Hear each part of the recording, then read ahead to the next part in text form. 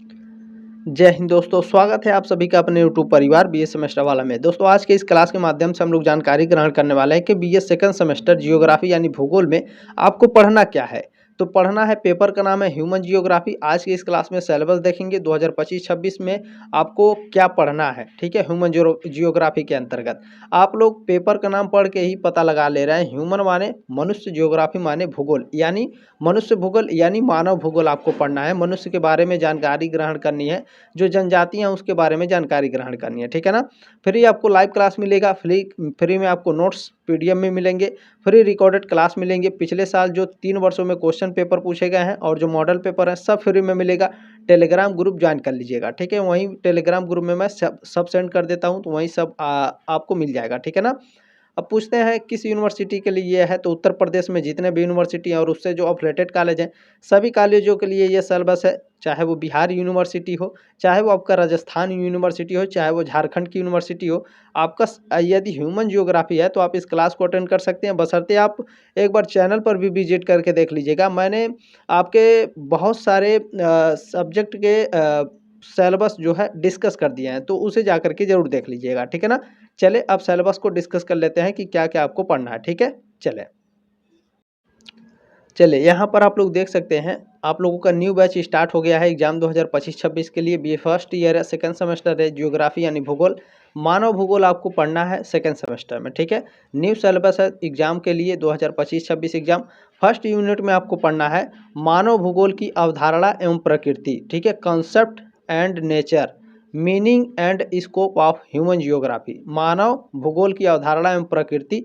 ठीक है, development of geographical understanding in India with special references to Purana, यानी आपको पढ़ना है इसमें मानव भूगोल की अवधारणा एवं प्रकृति, मानव भूगोल का अर्थ और क्षेत्र। मोस्ट इंपॉर्टेंट पहला आपका यूनिट है। ठीक है, ध्यान रखिएगा। पुराणों के विशेष संदर्भ में भारत में भौगोलिक समझ का विकास, यहाँ से ज़्यादा क्वेश्चन नहीं आए हैं। यहाँ से फर्स्ट वाला जो है, यहाँ से आपके पिछले साल कई क्वेश्चन पूछे गए थे। ठीक है, अब इसमें से जो मोस्ट इम्पोर्टेंट टॉपिक है उसको भी मैं साथ में बताते चलूँगा, ताकि आपके लिए बहुत ही फ़ायदेमंद होगा। बुक कहाँ मिलेगा, तो मैं डिस्क्रिप्शन बॉक्स में लिंक दे दूँगा फ्लिपकार्ट का, वहाँ से आप लोग जा करके बुक खरीद सकते हैं, या फिर नज़दीकी स्टोर पर आप जा करके अपने यहाँ से बुक खरीद लीजिएगा। ठीक है ना। चलें, अपने साथियों के साथ इसे साझा जरूर कर दीजिएगा। सिलेबस आप देख लेते हैं तो आपको क्लियर हो जाता है कि पढ़ना क्या है एक्चुअल में। ठीक है ना। चले, दूसरे यूनिट में पढ़ना है दोस्तों आपको मैन एंड इन्वायरमेंट। ठीक है, मैन एंड इन्वायरमेंट रिलेशनशिप, यानी मनुष्य और पर्यावरण का संबंध क्या है। नियतिवाद, संभावनावाद और नवनियतिवाद। ठीक है। ठीक है, देखें determinism, possibilism and neo determinism, ये आपको पढ़ना है यूनिट 2 में। ठीक है। चले, अच्छा टेलीग्राम ग्रुप में सेंड कर दूंगा मैं सिलेबस को, वहाँ से भी आप डाउनलोड करके इसे आराम से देख सकते हैं। ठीक है, लेकिन क्लास में क्या होता है कि जो सिलेबस बताया जाता है उसमें मोस्ट इंपॉर्टेंट टॉपिक भी आपको बता दिया जाता है कि कौन कौन से मोस्ट इंपॉर्टेंट टॉपिक है, पिछले साल कहाँ से क्वेश्चन पूछे गए थे। ठीक है, तो ध्यान रखेंगे इस बात को, क्लास को पूरा देख करके जाएंगे। तीसरे यूनिट में आपको क्या पढ़ना है, तीसरे यूनिट में आपको पढ़ना है distribution of population and world pattern. ठीक है, जनसंख्या का वितरण और विश्व पैटर्न, ग्लोबल माइग्रेशन। ठीक है, वैश्विक प्रवास के कारण और परिणाम, केस एंड कॉन्सिक्वेंस। ठीक है, concept of over population and under population, अधिक जनसंख्या और कम जनसंख्या की अवधारणा को पढ़ना है। ठीक है। चलें, यूनिट 4 में आपको क्या पढ़ना है, यूनिट 4 में पढ़ना है human statement, sorry human settlement है। ठीक है, मानव बस्तियाँ।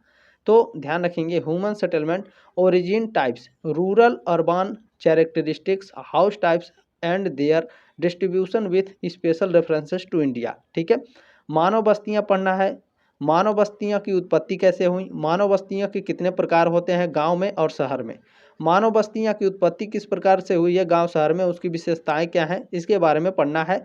घर के प्रकार कितने प्रकार के होते हैं और उनका वितरण कैसे कैसे होता है, यूनिट 4 में आपको पढ़ना है। ठीक है। चले, यूनिट 5 में आपको पढ़ना है प्रिमिटिव इकोनॉमिक्स फूड। ठीक है, यानी आदिम अर्थशास्त्र पढ़ना है। इसमें आपको फूड गैदरिंग यानी खाद्य संग्रह, खाने को कैसे इकट्ठा किया जाता है, हंटिंग यानी शिकार करना। ठीक है, पोस्चरल हर्डिंग यानी पाशुरीकरण, मत्स्य पालन मछली पालन। ठीक है, फिशिंग, लमंगरिंग एंड प्रिमिटिव एग्रीकल्चर, लकड़ी और आदिम कृषि आपको पढ़ना है यूनिट 5 में।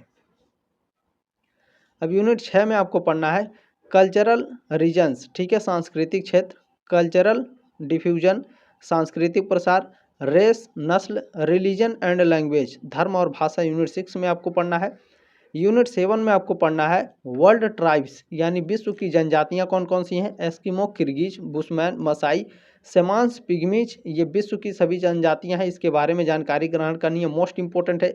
ये आपका एक तरीके से बेस है, जब आप एमए करेंगे या पीएचडी के लिए जाएंगे, नेट जीआरएफ करेंगे तो यहाँ से आपके बहुत सारे क्वेश्चंस बनते हैं, ये बात ध्यान रख लीजिएगा अपने दिमाग में, ठीक है।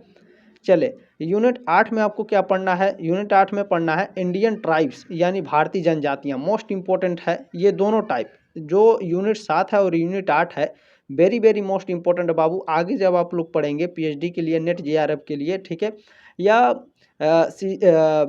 यूजीसी नेट के लिए पढ़ते हैं तो भी मोस्ट इंपॉर्टेंट है आपके लिए, ठीक है। तो ध्यान रखेंगे, यहाँ से बहुत सारे क्वेश्चन बनते हैं। कॉम्पिटिटिव एग्जाम में भी आप लोग देखते होंगे, यहाँ से भारतीय जनजातियों से और जो विश्व की जनजातियां हैं यहाँ से क्वेश्चन पूछे जाते हैं, तो ये दोनों टॉपिक सबसे ज़्यादा इंपॉर्टेंट है, ठीक है। चले, इसमें भारतीय जनजातियों में आपको भोटिया, गद्दी, थारू, भील, गोंड, संथाल और नागा जनजातियों के बारे में पढ़ना है, ठीक है। जल्दी आप लोगों की क्लासेस भी आनी शुरू हो जाएंगी, तो और बच्चों से कहिए बीए सेमेस्टर वाला पे आए, ठीक है। बाकी आप लोगों की क्लास जल्दी मैं स्टार्ट करूंगा, जल्दी मिलेंगे आपके नेक्स्ट क्लास में, तब तक के लिए जय हिंद, वंदे मातरम।